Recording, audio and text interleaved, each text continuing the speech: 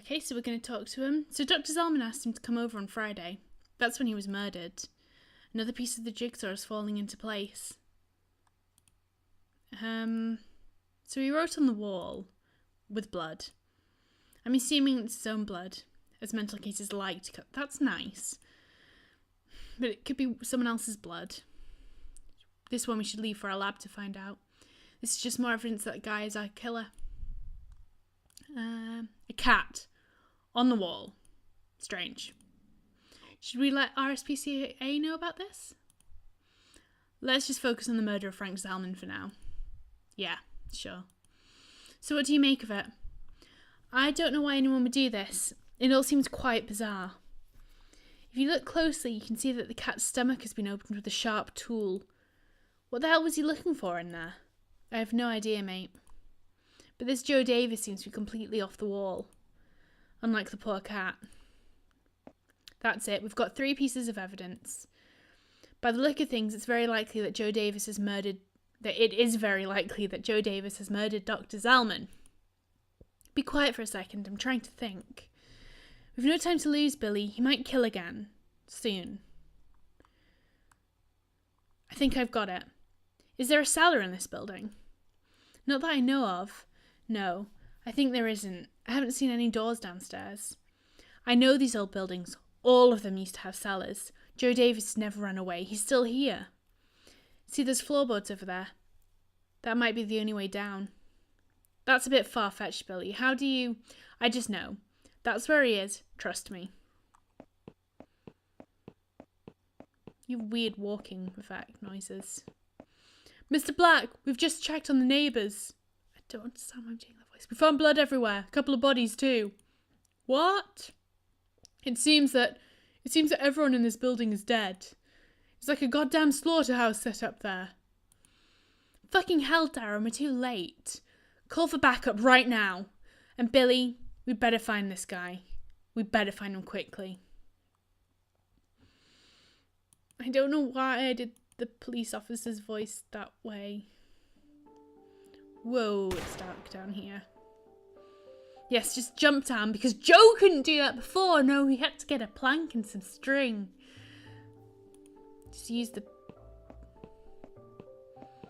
This pretty much is just the reverse. It's a psychiatric assessment written by Frank. Joe must have taken it from his office. The patient's mental condition is degrading. He seems to surround himself with delusions about his wife. This can be caused by the feeling of guilt. His wife had been known to suffer from anorexia, and his attempts to help her overcome the illness were a direct cause for their divorce. He does not acknowledge this very fact. On numerous occasions he mentioned that she is unwell and still living with him. He was supposedly taking care of her and she was getting worse. When talking about wife, the patient becomes anxious. All attempts of putting him back on the right track and explaining she had left him are causing violent episodes of aggression. Lately, these attacks of anger have been happening more frequently. Hospitalization might be the only option, and it is being seriously considered. No, not through the door. This big giant door then. Whoa, what's happening? It's time to turn it off, Joe.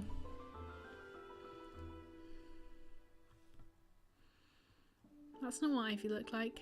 You've lost control, Joe. What you think is happening, well, it isn't. You're hallucinating. Your mind created all this madness because it suited it. I don't believe you, old man. How could it be possible? You are telling me I'm crazy. Is that so? I'm telling you that you've hurt a lot of innocent people, Joe. Whatever your reasons were. They were wrong. You did a horrible thing. That's not what you tell somebody who's holding a gun. Does the name Dr. Frank Zalman mean something to you? No, I'm not sure. I'm not sure of anything anymore. This woman in the chair, is that your wife? Look closely at her, Joe. You have fried the poor girl. You made her fat first, kept her down here for months. Tied up, force-fed by you. She died long time ago. And now you're fucking frying her, man. You've got to let go. It's over. You can't change what had happened. But you can come out of this alive and atone for your sins. And maybe one day you'll be able to forgive yourself. Shut up! Shut the fuck up! I think you're forgetting that I'm the one holding the fucking gun. I can do what I want, you goddamn liar. I can blow your brains out for all I care. Yes, but what good will that do? You're not a bad man. You're not a murderer, Joe. What you've done out of grief and anger. You couldn't cope with your wife losing herself slowly, day by day. In your own way, you tried to save her. You still are. But face it, it's too late. This fight is over. Nothing can bring our wife back. No. No. No, no, no. No. It's time to decide. Time to end it all. What are you gonna do, Joe? I'm gonna surrender. Because I'm a good person. I give up. You're right. I must have lost it. I never meant to, but I have. Take the gun, arrest me, I'll pay for my mistakes. I just can't kill anymore. It's over. I do not want to kill the police officer. It's a very bad move, Joe. Also, you know, then you escape and they all shoot you anyway. Well, let me tell you one thing, Joe. If bloody ain't. I've got plans, you see. Plans for you, Joe. What? Who are you? I'm just a man who's looking for justice in this fucking joke of a world. Whoa, what?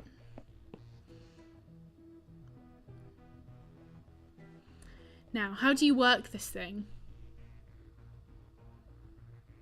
I've lost my mouse. I don't want to click out just in case it clicks out of the game. Is it? No. It must be this one over here. Just hang on there, Joe Davis. I'm going to give you a taste of your own medicine. So you're the girl's guy. Is that a cigarette on the floor? I'm going to fry you like a bloody sausage. You'll beg me to finish you off.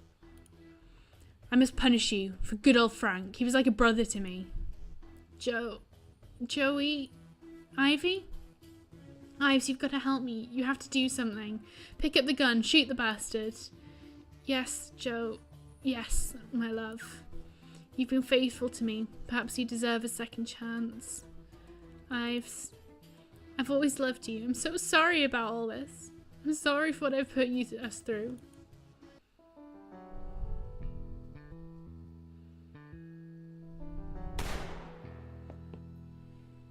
I didn't think that was Ivy. And the credits in really weird colours. Anyway, it was written and directed by a name I can't pronounce, Remy Goy-Schmeikalski. Maybe. I don't know how to pronounce it.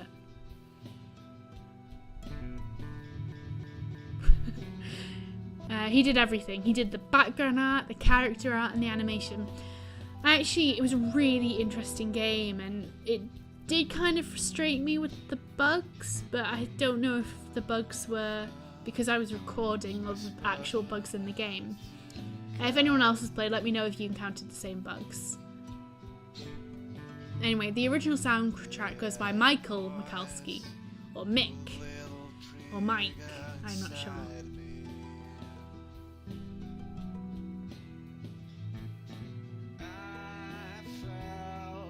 It's a nice relaxing tune. Boss battle sequence, dual names. Wow, I didn't like that fight. She kept knocking my gun out my hands. And I didn't appreciate that.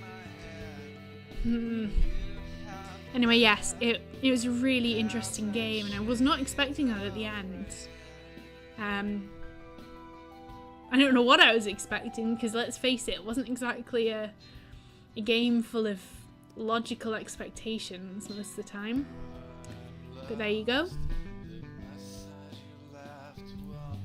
Anyway, this song is 1,000 Shades of Red, written and performed by, I'm going to slaughter his name again, Remy Goy-Schmeikalski, and it's recorded and edited by Michael Mikulski. Oh, hello Agnes. So, I was right. It was a dream after all. Possibly the strangest, creepiest, most real dream I've ever had, but still just a dream. And that man, Joe, does he exist? Did he have a dream as well? I guess I'll never know. Agnes? Are you in? Yeah, but go away. You're not supposed to see me. You don't believe all that, do you? Yes. No. Okay, just a little bit. But I wouldn't want anything to spoil our big day.